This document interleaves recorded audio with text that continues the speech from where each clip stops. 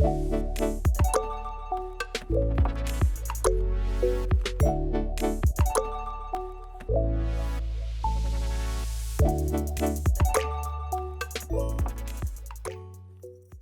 département, bien entendu, il y a des conseillères conjugales et familiales, c'est un choix du département pour pouvoir répondre justement à cette problématique des violences faites aux femmes.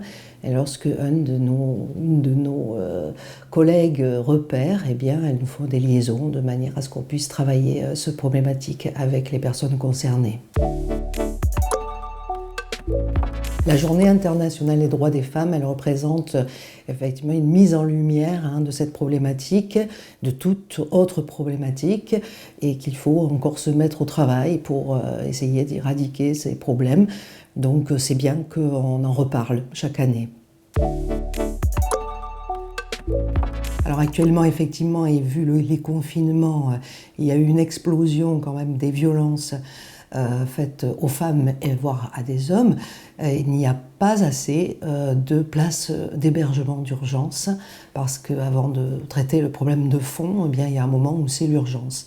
Et là, c'est très très compliqué. Les femmes atterrissent dans des hôtels où elles ne mangent pas à leur faim parce que les restaurants ne sont pas ouverts et où effectivement les conditions sont telles que des fois elles retournent au foyer parce qu'elles sont trop isolées et trop mal. Donc des places pas que d'urgence, mais où on les accompagne vraiment. Pour libérer la parole sur ces problématiques de violence faites aux femmes, je crois qu'il faut avoir une attitude que nous avons tous, travailleurs sociaux et médico-sociaux au conseil départemental, d'empathie et d'écoute. Et nous avons aussi privilégié le fait de poser systématiquement la question aux personnes si elles ont subi des violences dans leur passé ou actuellement.